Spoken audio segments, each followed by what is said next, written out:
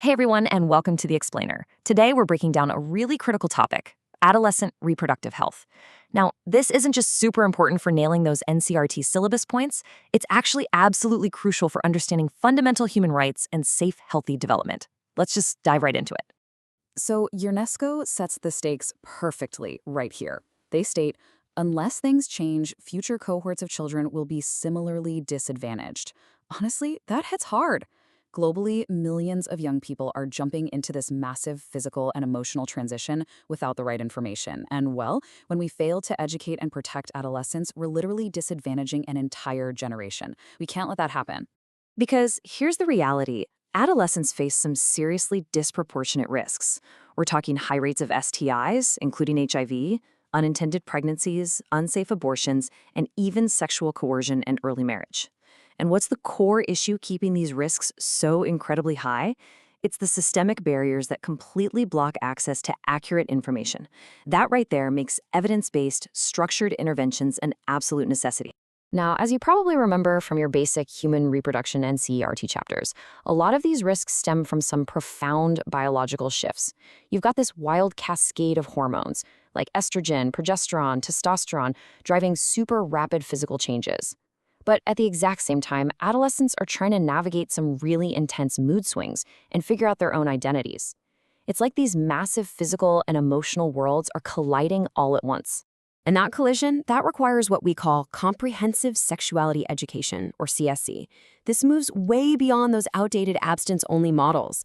CSE is an evidence-based foundation covering human development, consent, contraception, and personal safety. And crucially, it absolutely must be inclusive, directly addressing the unique realities of diverse groups to actually mitigate risk effectively. One size definitely does not fit all here. Right, so let's bust a major myth real quick. Look at this data from the World Health Organization. Teaching kids about sex does not encourage risky behavior. No way. In fact, it actually delays first intercourse, increases proper contraceptive use, and drastically reduces early pregnancies. It turns out, facts don't endanger people. Facts empower them. But effective curricula, they don't just happen by accident. UNESCO actually outlines 18 specific quality characteristics for effective programs. 18. This just proves that these programs must be meticulously designed by experts, totally scientifically accurate, and really sensitive to community values. It's a rigorous, multi-step science to get this right. Now moving on, a deeply impactful area of this education is menstrual health. We have got to break the stigma. Normalizing periods and ensuring access to hygienic resources isn't just about physical comfort. It literally transforms shame into empowerment. It keeps girls in school, prevents them from falling behind, and builds this incredible foundation of lifelong dignity. So turning to family planning, let's connect this back to your standard NCERT Class 12 reproductive health classifications. We can divide contraceptives into 4 clear categories. First, barrier methods, like condoms that block sperm and STIs. Then, hormonal methods, like pills and patches, that regulate hormones to stop ovulation.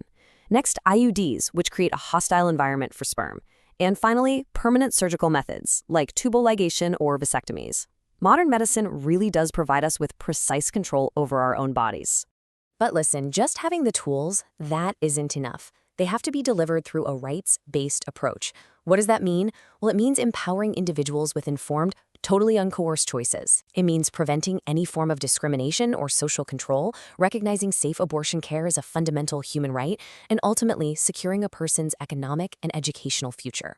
Which brings us to our final thought for today. Think of this kind of like a high-level PYQ to really test your understanding. Will we use reproductive health as a tool for genuine empowerment, or let it remain a barrier? Because when we combine comprehensive education with rights-based family planning, we actually catalyze a much safer, more autonomous generation. So think about how you would structure an intervention in your own community based on what we covered today. All right, that's it for this one. If you found this helpful, please like, share, subscribe BioCore Notes for more.